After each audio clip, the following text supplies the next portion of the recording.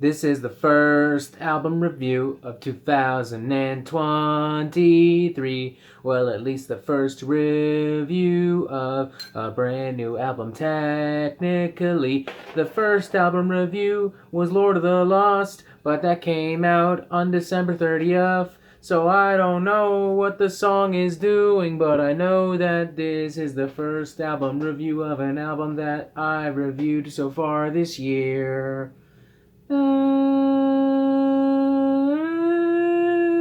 Bum, bum. Rick Rubin, call me up. Let's get that shit on tape.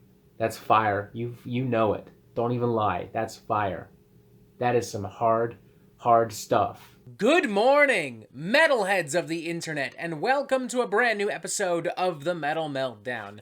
Today we are talking about Neon Noir, the debut solo album from Finnish rock singer Ville Valo, best known as the former lead singer for His Infernal Majesty, perhaps better known, more commonly referred to as simply him. In the early to mid-2000s, him became very well known and very successful thanks to records like Razorblade Romance, Dark Light, Love Metal, and for a particularly unique fusion of gothic rock and heavy metal that has often been dubbed Love Metal, after the album of the same name.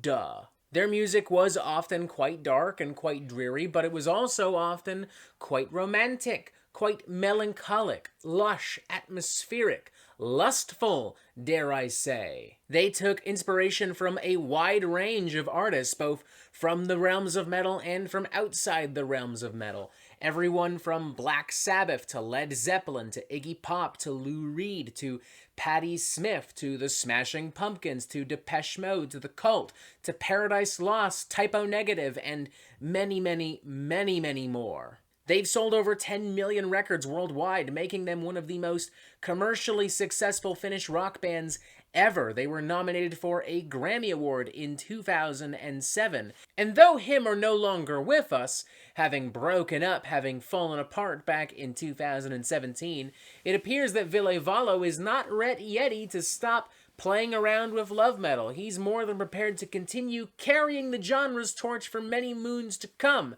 as Neon Noir picks up pretty much exactly where 2013's Tears on Tape left off. With Ville writing in a press release, artistically speaking, the main difference between him and VV is the extra line in the heartagram. But what an exquisite line it is. It's the mamas and the papas dressed up as Metallica on their way to a Halloween bash at the Studio 54.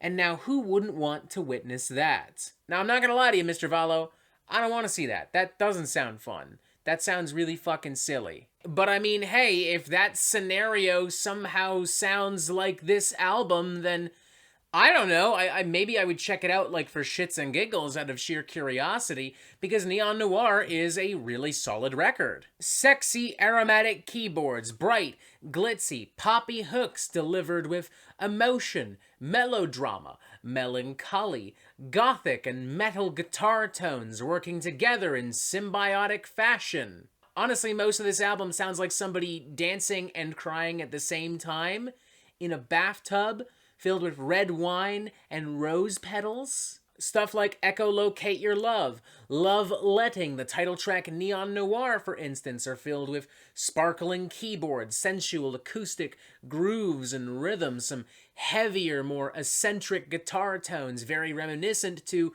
classic hymn material, albeit leaning perhaps slightly more towards classic goth rock and new wave influence. Then there's Intronodia, which is a slower, moodier kind of goth rock burner with some really emotive vocals from Ville Valo and some really great synth work. The songs themselves may not be especially intuitive or fresh, it's arguably quite predictable, but it's so well performed and so well produced, and there's just enough dimension to it that I'm not really bothered. And to be entirely fair to Ville Valo, there are at least a few twists and turns to be found across the album, namely in the final few numbers. Saturnine Saturnalia, for instance, embraces some classic doom and heavy metal influence with some roaring guitars, some slow-paced, trotting riffery. When balanced with the rest of the album, album's dynamics and flavors, I'm weirdly reminded of like Meliora-era Ghost,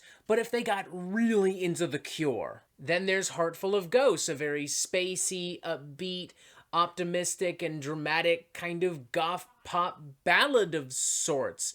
Reminiscent at times of some Devin Townsend material, but I guess also if he was just really into The Cure. The closing track, Vertigo Eyes, almost goes full-blown 90s goth and doom metal, too, with some guitar tones and melodies and grooves and rhythms that wouldn't be out of place on a record like Bloody Kisses or October Rust from Typo Negative. And the whole time, Ville Valo just sounds really good. Honestly, I'd argue it's the best he has sounded on a record in a very long time. Granted, he hasn't really put out anything in a very long time, but that's not really the point.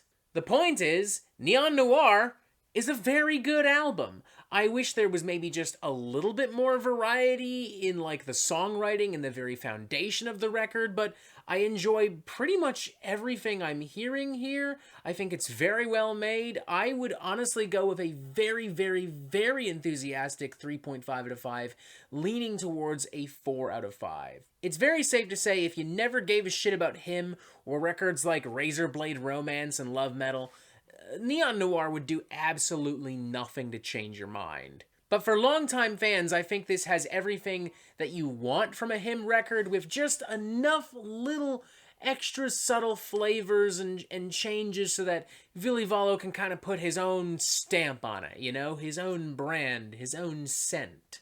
It's admittedly not something I will probably come back to a lot of just because this isn't the kind of thing I normally listen to, but I did really enjoy it for what it is, and I would be super down to hear more from Ville Valo in the future. I'm kind of curious to see what love metal can do for him in the future. How will he expand on this genre? How will he refine this sound? Once again, very enthusiastic 3.5 out of 5, leaning towards a 4 out of 5. I think it's really fucking good. I wasn't expecting to think that it was this good, but here I am, telling you it's this good. Check it out. Honestly, fuck it. And that is it for the Metal Meltdown. I'm not an expert, nor do I claim to be. So what do you think? Do you like this record? Do you not like this record? And what do you want to hear from me next? And thank you for watching. Make sure you press subscribe right here so you get updates on the Metal Meltdown fucking immediately. And as always, you have yourself a fantastic fucking day.